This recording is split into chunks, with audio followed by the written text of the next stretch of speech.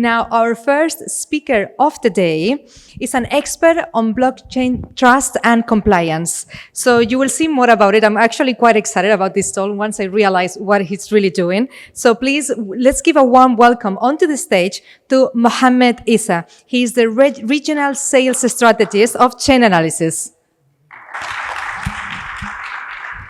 Good morning, everyone. Good morning. Anybody heard before about Chainalysis? Okay, good. I hope in a good way. So whoever doesn't know about Chainalysis, let me introduce what we do. So we provide data research to government, private sector exchanges, crypto-native companies. When I say public sector, customer like Vara, they're next door, are our customer. Central banks, they're our customer. Law enforcement is our customer, and the army, because the army are the one responsible for terrorist fighting. So to make it very simple, we analyze the blockchain, give you that kind of understanding about what kind of wallet has been associated to, and to make sure that your platform, your wallet, is not used for money laundering by mistake, which is a core reason that law enforcement or regulator come back and asking you what exactly your involvement in this kind of transaction. So yeah, as you can see here, we are the guys in the middle between law enforcement and the government and the crypto businesses.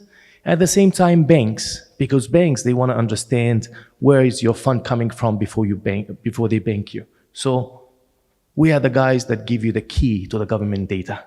But the government, they want you to know this data. They want you to know that, listen, this transaction is from the darknet market. Don't proceed with such a transaction.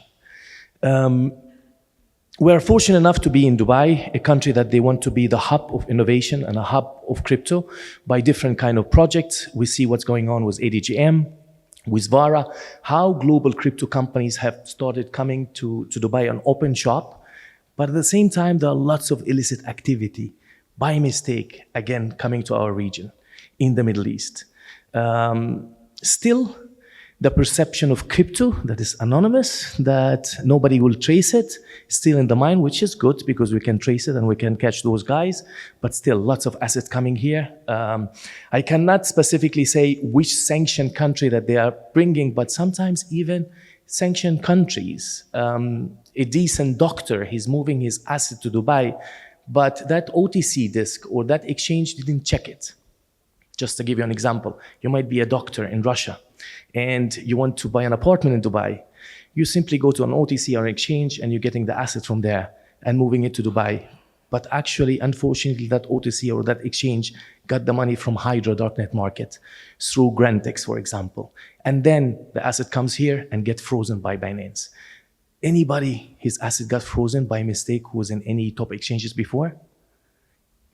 Yeah, it happens. And usually because you didn't screen the asset, you don't know where the asset coming from. I know in the audience today, miners, when we talk about money laundering, which is we want to understand where this money coming from, but as a miner, you're actually also producing that Bitcoin and you're sending it to an address. So the classic in compliance is money laundering, but there is something called reverse money laundering, which is the asset is actually clean.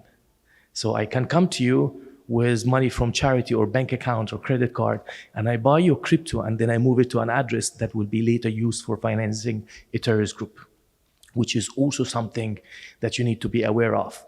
Yes, my Bitcoin is clean. I know that I'm the one who produced it, but at the same time, you don't know where it will be used for. So that kind of insight is important, and that's exactly what we're trying to do. And that's why our slogan is building trust on blockchain. We have different partners and at the same time different solutions that we work with. I will try to summarize what we do today to give you that kind of understanding. 3 points I hope that you remember today, which is Chainalysis or any provider when it comes to compliance, we work also with public sector. So that means that the data that you need to provide for your partners, for the law enforcement in case there is investigation, it needs to be deterministic, meaning that can this data can stand in court or not. So Yes, we have AI, but we don't rely on AI. We have 1,500 investigators as we speak analyzing the blockchain and give you that kind of data. So in case there is any issue with the law enforcement, goes to court with a partner, with a customer, and you need to present it, you can present this data. And we're the only company that involved in this. The kind of a partnership, and I'm talking specifically about the UAE because I'm managing the Middle East, the kind of partner that we have and the kind of building trust with you is the engagement that you will need with the local law enforcement. Abu Dhabi police, Dubai police, usually if the case happen, you need that kind of engagement. And we always provide this. So we provide events. Yesterday, we had an event. We have Abu Dhabi police, we have Dubai police, we have the private sector coming. And they understand together what is the requirement. You might be a private sector, but you don't know what is the law enforcement they need if there is an investigation going on. You don't know what happens if it goes to court. We have also law firms involved with us. So we're trying to build also an ecosystem, which is give that kind of understanding about what should you cover when it comes to the compliance. Anybody used before any transaction monitoring system or investigation? Okay, great. So just to give you briefly how it works. In fiat, I cannot take a look into your pocket and understand where this dollar coming from. But in crypto, I literally can. I can understand your Bitcoin, where it has been and how it was used. And we don't only tell you, oh, that's a darknet market or that's a terrorist group. No, we tell you what is the name of the terrorist group. We tell you which dark market it is. So we give you that kind of full understanding about it. So that's the basic one. As you see, it's just a bunch of algorithms if you opened a blockchain explorer. But for us, you can imagine it is like a Google map, which is we name the street. But with those street names, we get it from who? It's from the government. So we work directly with the law enforcement, and you can Google Chainalysis with the API, Chainalysis with the British law enforcement. We have a recent case, by the way, with the law enforcement in the UK. It was including a drug cartel for billions of dollars. It has just released yesterday. And when they are using our analytics tool, they directly go into the system and map those wallets and the transaction as illicit. So you get directly this kind of data. You will not only get bunch of addresses, no, you will get who actually related to those kind of addresses. One example, or let's say the core value proposition when it comes to Chainalysis and why actually the public sector and the law enforcement are working with us, it comes to only one word. It is clustering. What does it mean, clustering? So imagine that OFAC and FATF, by the way, OFAC and FATF, they can not only sanction companies or individuals, they can simply sanction countries. And those are the guys that sanction countries. But at the same time, they literally can sanction companies. So there are many, I can share with you different stories. In the UAE, companies in the UAE, the local law enforcement were not directly involved, and suddenly the whole wallet was sanctioned by OFAC. So let's say OFAC, today in the morning, they said, those 16 address is darknet market, and you should not be interacting with them. But yes, crypto is not bank account. I can generate hundreds of wallets a day. I can bring a kid for 10 years. He can generate for me thousands of wallets a day, and I can move that asset through it. So it's not a bank account. And that's exactly what we do. We understand the attribution is actually darknet market from Hydra, but it's actually 6.6 million addresses. It's not 16 address. If you go back to the law enforcement or regulator coming back to you telling you, listen, but why did you interact with those addresses? And you tell them, but sorry, you listed in your website is 16 addresses. I interacted with them. They will tell you, yeah, but it's blockchain. It moves, it's dynamic. So we will provide you with the 6.6 million addresses, not the 16. That's simply what we do. So we analyze also the centralized exchanges, the nested exchanges, which is the chameleon exchanges, exchange within an exchange. We also understand that. And we give those kind of insight and the relationship between it. Any questions so far? I've been talking a lot. Yeah, please. What do you guys think about Lightning? How trackable is Lightning? Yeah, we cover the Lightning. Yeah, Lightning Network. So there are many different solutions. I cannot cover it all. I have only 15 minutes, but we can discuss it later.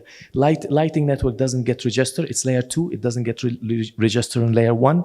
And we have customers coming to us just because of this, because the transaction, they need the fast transaction monitoring even for layer 2, even though it doesn't get registered. So we invested thousands of nodes on layer 2 to give you that kind of feedback. So our data is not only from the blockchain, just for you to know. We have different kind of resources, different third parties that we work with to give that kind of insight directly. I don't have the time to show you magic, which is to show you a graph and investigation reality. We can do that if anyone for you is interested, which is, imagine it as a map, and we can trace all the money, where is it coming from and where is it leaving. The last point is, I still have 7 minutes, right? We also can help you to make money, which is very strange, right? Chainalysis is compliance. How the hell am I going to help you to make money? Imagine that. Imagine that you're Louis Vuitton and every customer coming to you is written how much money he have or how much money actually he owes and who he interacted with, which is your competitor. How much Louis Vuitton will pay for this? That's exactly what we offer also. We have a new product called Playbook, which can give you that kind of full understanding about the customer and the customer behavior. At the end of the day, it's a blockchain data, and the blockchain is very transparent. And the last thing is our service. We take our data to the test. It's like we're building a car and we're actually taking it to a race to show how strong it is. We have a service that we offer it to companies like exchanges, usually, if you got hacked. So imagine that you got hacked, and there are many companies, BTC Turk, WazirX, they're all coming to us. The biggest one that we have was AXA Infinity. It was $600 million. And they come to us because we have a very strong relationship with government. We have very strong relationship with the private sector exchanges. So we can temporarily freeze the asset that was stolen from you, and by calling the exchange, at the same time communicating that to the law enforcement to get you the subpoena or the police report to retrieve that back. There is not that much companies who are doing it, but they have that kind of relationship across the globe. We have offices from Tokyo to New York, building relationship with law enforcement across the globe. And again, it's going back to the main goal that we have, which is building trust in the blockchain. Because if hackers, and I'm not talking about hackers now, kids sitting in a basement, we're talking about nation-supported hackers, like the Lazarus group in North Korea. And those guys are attacking making millions. So that's exactly what we do. Also a service that we're having. And giving you that even coverage from the very beginning by giving you an alert if there is any suspicious activity or transaction happening on your platform or your wallet that will be leading to a hack. If you heard about BTC Turk hack, it took them 2 weeks to actually hack the system, making different transactions, and then they actually hacked the system. That was the biggest case. It's a news, and that's exactly what I can talk about and publish, because the others are private, which is AXA Infinity. All good? Okay. I will be here if you have any question. Thank you very much. Oh, you have questions, please.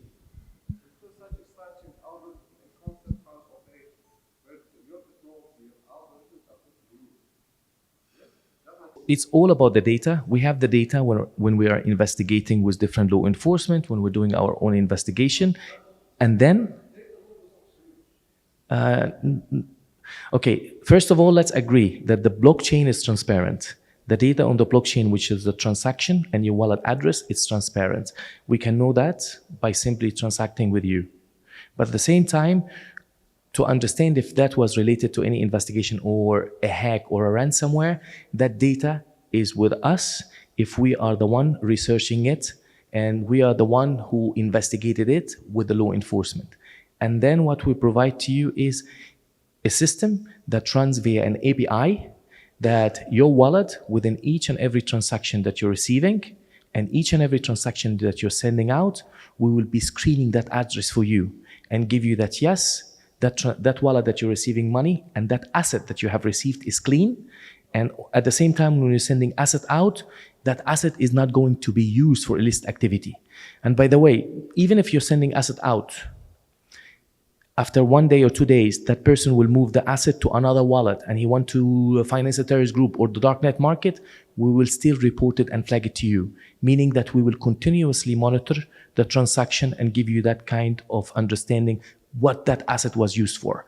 So we don't only check wallets, we actually follow the money. That's what we do. Any other question? Okay, I will be here if you have any other question. Thank you.